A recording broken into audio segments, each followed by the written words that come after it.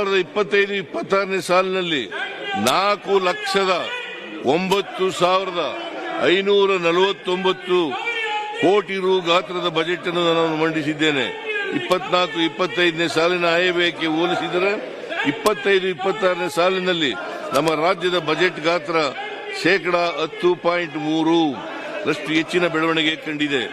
ಜನಸಂಖ್ಯೆಯ ಗಾತ್ರದಲ್ಲಿ ಕರ್ನಾಟಕವು 8ನೇ ಸ್ಥಾನದಲ್ಲಿದೆ. ತೆರಿಗೆ ಸಂಗ್ರಹಿಸಿಕೊಡುವ ವಿಚಾರದಲ್ಲಿ ಕರ್ನಾಟಕವು 2ನೇ ಸ್ಥಾನದಲ್ಲಿದೆ. ಜಿಎಸ್ಡಿಪಿಯಲ್ಲಿ ಕರ್ನಾಟಕವು ಮಹಾರಾಷ್ಟ್ರ, ತಮಿಳುನಾಡು ನಂತರ 3ನೇ ಸ್ಥಾನದಲ್ಲಿದೆ. ಜಿಎಸ್ಡಿಪಿನಲ್ಲಿ we are in 3rd place in the country.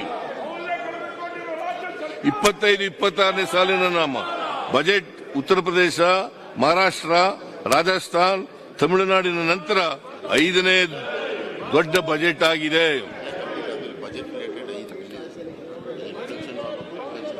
ಇದೇ ಸಂದರ್ಭದಲ್ಲಿ 2025-26ನೇ ಸಾಲಿಗೆ ಸಂಬಂಧಿಸಿದಂತೆ ಕೇಂದ್ರದ ಹಣಕಾಸು ಸಚಿವರಾದಂಥ ನಿರ್ಮಲಾ ಸೀತಾರಾಮನ್ ಅವರು ಮಂಡಿಸಿರುವ ಬಜೆಟ್ ಗಾತ್ರ 50,65,00,000. 24-25ರಲ್ಲಿ 48,21,21,00,000 ರೂಗಳಷ್ಟಿತ್ತು.